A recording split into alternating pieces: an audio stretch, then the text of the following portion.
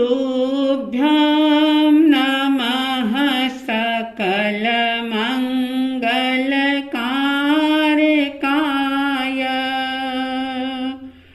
तुभ्यं नमः सकलनिवृत्तिदायकाय।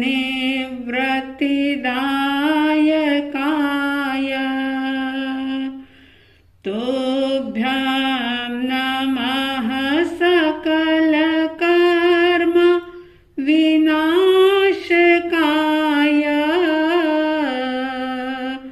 तुभ्यं नमः सकलतत्त्वनिरूपकाय।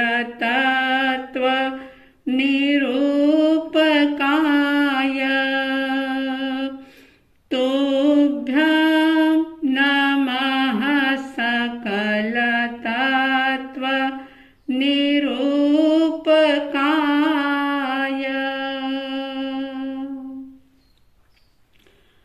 श्रद्धालु जिज्ञासु श्रोताओं, समता षोडशी की बात आप सुन रहे हैं। छठी गाथा चल रही है जिसमें ये कहा गया, पर द्रव्यों का दोष न देखो, क्रोध अग्नि में नहीं जलो। नहीं चाहो अनुरूप प्रवर्तन, भेद ज्ञान ध्रुव दृष्टि धरो। समता रस का पान करो, अनुभव रस का पान करो। शांत रहो, शांत रहो, सहज सदा ही शांत रहो। आत्मविशुद्धि के लिए, भीतर के गुणों को प्रवर्धमान करने के लिए, मोक्ष के मार्ग पर शीघ्रता से आगे बढ़ने के लिए ये समता षोडशी आपके हमारे सबके लिए बहुत ही सहयोग कर रही है। बड़ी ही सीधी और सरल भाषा में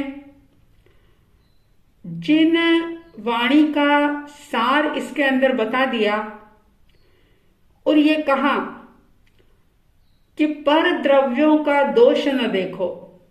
बहुत बड़ी बीमारी है ये कि व्यक्ति दूसरों को देख करके क्रोध की आग में जलने लग जाता है, गुस्से की आग में झुलसने लग जाता है।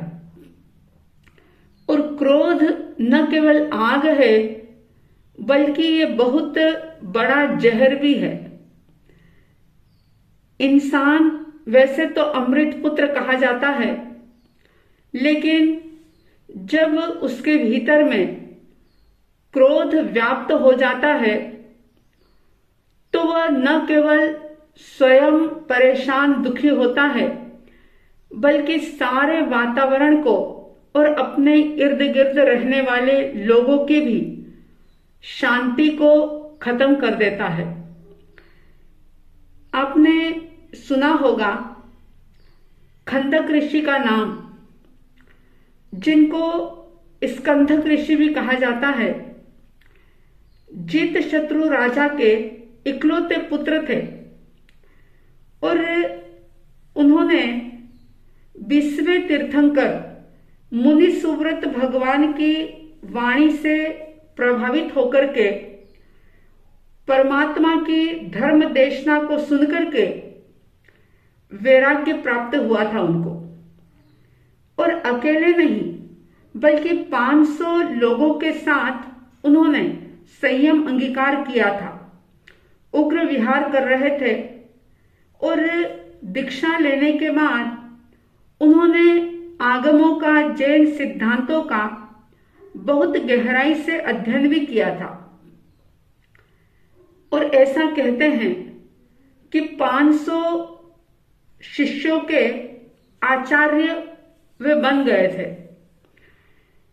अब होता क्या है कि स्कंधक ऋषि के जो जीजा थे, बहनोई जो थे, वो भी एक राजा थे और उनका मंत्री था पालक, जो कि पुरोहित था। लेकिन किसी समय में ऐसा हुआ था कि वह किसी काम से जीतशत्रु राजा के राज्यसभा के अंदर उपस्थित हुआ था और जब कोई धर्म चर्चा चली थी तो उस पालक मंत्री ने अपनी नास्तिक विचारधारा का प्रतिपादन किया था। लेकिन उसकी बात को सुनकर के स्कंधक जो राजकुमार थे, उन्होंने जैन सिद्धांत की दृष्टि से उसकी विचारधारा का बड़ी ही युक्ति के साथ खंडन किया था। और जब उसका खंडन हुआ तो उसने इंसल्ट फील की, अपमान महसूस किया और मन के अंदर एक क्रोध की चिंगारी संभाल करके रख ली। समय बीत गया, स्कंधक राजकुमार जो साधु बन गए, आचार्य बन गए और विचरण करते हुए एक समय वे अपनी बहन के राज्य में पधारते हैं। जब उस राज्य के अंदर आए तो पालक मंत्री ने जब देखा तो उसके मन के अंदर जो क्रोध की चिंगारी छुपी हुई थी वो प्रकट हो जाती है और उसके मन में इतना क्रोध का जहर भर गया था कि जैसे ही उसने सुना कि स्कंधक आचार्य आ रहे हैं तो उसने क्या किया कि जहां उन साधुओं के ठहरने का स्थान था, जो उद्यान था, उसमें पहले से ही बहुत सारे शस्त्र उसने जमीन के अंदर गड़वा दिए और स्कंधक आचार्य अपने 500 शिष्यों के साथ उसी उद्यान में, बगीचे में विराजमान होते हैं। अब जो वो राजा थे वहां के, जिनका नाम था दंडक राजा, अपने सारे नगर निवासियों को साथ लेकर के स्कंधक आचार्य के दर्शन करने के लिए आते हैं। आचार्य उनको धर्म उपदेश देते हैं। सारे लोग सुनकर के बड़े खुश होते हैं, हर्षित होते हैं। लेकिन क्रोध के जहर में वह पालक मंत्री जो था वो राजा को एकांत में ले जाकर के कहता है कि ये आचार्य जो हैं ये पाखंडी हैं, ये आचार से भ्रष्ट हैं, इनमें कोई साधुता का लवलेश भी नहीं है। ये तो जो 500 साधु इनके साथ आए हैं ये योद्धा हैं और ये तो सब आपका राज्य हड़पने के लिए आए हैं। राजा को बड़ी उत्सुकता हुई और उन्होंने पूछ लिया कि पालक, तुम ऐसा कैसे कह रहे हो, तुमने ये सारी बात कैसे जानी? तो फिर पालक कहता है कि मुझसे कोई भी बात छुपी हुई नहीं रह सकती है। इनका जो माया जाल है, समय आने पर मैं आपको सारी बातें बताऊंगा।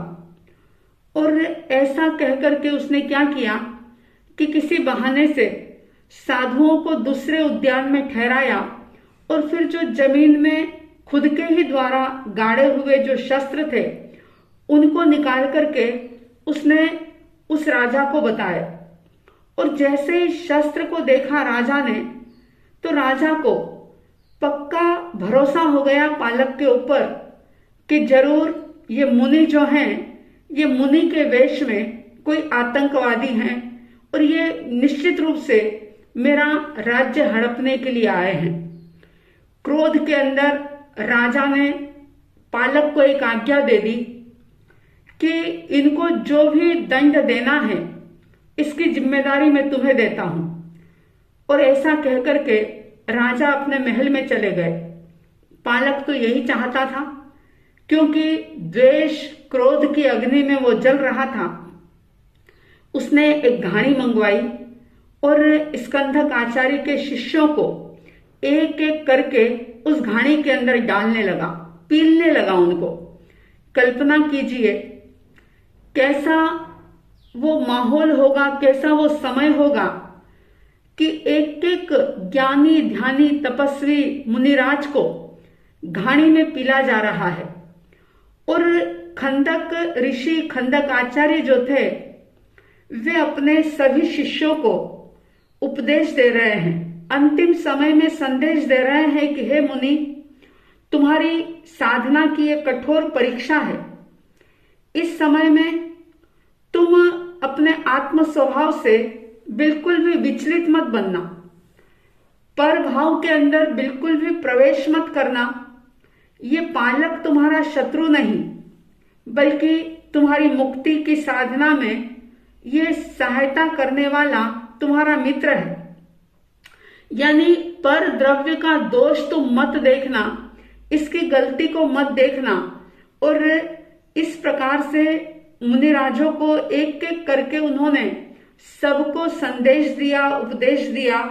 और कहते हैं कि उनके उस संदेश उपदेश को सुनकर के सारे संत जो थे वे आत्म भावों के अंदर लीन बने रहे। और जब 499 मुनि जिन्होंने अपने सारे कर्मों को खपा करके जो केवल ज्ञानी बनकर के मोक्ष पहुंच जाते हैं, उनके अब सबसे छोटे शिष्य जो थे, अब उनका नंबर आया। और जब घाणी में वो पापी पालक जो क्रोध की अग्नि में जल रहा था, उस छोटे मुनिराज को जब घाणी में पीलने के लिए तैयार हुआ तो खंदक ऋषि से रहा न गया और उन्होंने कह दिया कि हे पालक, पहले तो मुझे पील दे, फिर बाद में तेरी जैसी इच्छा हो वैसे कर लेना। मैं अपने सामने अपने इस नन्हे शिष्य को पीलता हुआ नहीं देख सकता। लेकिन वो पालक उनकी बात नहीं मानता है और उसने आचार्य के देखते देखते ही उस छोटे से शिष्य को भी घाणी में पील दिया। लेकिन वो छोटा सा साधु भी क्षपक श्रेणी पर चढ़ करके केवल ज्ञान और केवल दर्शन को प्राप्त करके मुक्ति को पा जाते हैं। लेकिन पालक की इस हरकत को देख करके आचार्य श्री जी, खंदक ऋषि, जो अब तक समता की साधना में लीन थे, उसकी इस हरकत को देख करके उनको अब गुस्सा आ जाता है। वे अपना आपा खो बैठते हैं। और याद रखना, चाहे कोई साधु हो, चाहे कोई गृहस्थ हो, चाहे कोई अमीर हो, चाहे कोई गरीब हो, श्रावक हो या बिना व्रतधारी कोई व्यक्ति हो, जो भी क्रोध की अग्नि में जलेगा वो निश्चित रूप से भस्म हो जाता है। स्कंधक ऋषि को गुस्सा आया और उन्होंने गुस्से में ये कहा कि अरे पापी, तूने मेरी एक बात भी नहीं मानी और मेरी आंखों के सामने ही तूने इतने बड़े बड़े अनर्थ कर डाले। मेरे एक एक शिष्य को तूने घाणी के अंदर पील दिया। मुझे ऐसा लगता है कि सिर्फ तू ही दुष्ट नहीं है, लेकिन यहाँ का जो राजा है वह भी दुष्ट है और यहाँ की प्रजा भी जो है वो महानिर्दयी है। क्रोध के आवेश में आकर के आचार्य ने पालक से कहा कि पापी, तेरी दुष्टता की अब हद हो गई। मैं अपने तप के प्रभाव से इसका बदला जरूर लूंगा।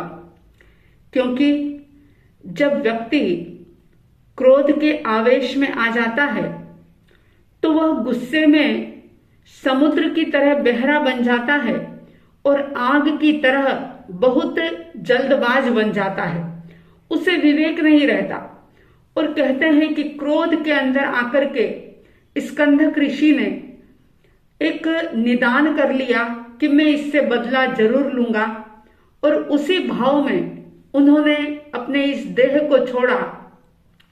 तो ऐसा कहते हैं कि बाकी जो शिष्य थे वे तो मोक्ष चले गए, लेकिन उनके गुरु विराधक बनकर के अग्नि कुमार नामक देव बन जाते हैं।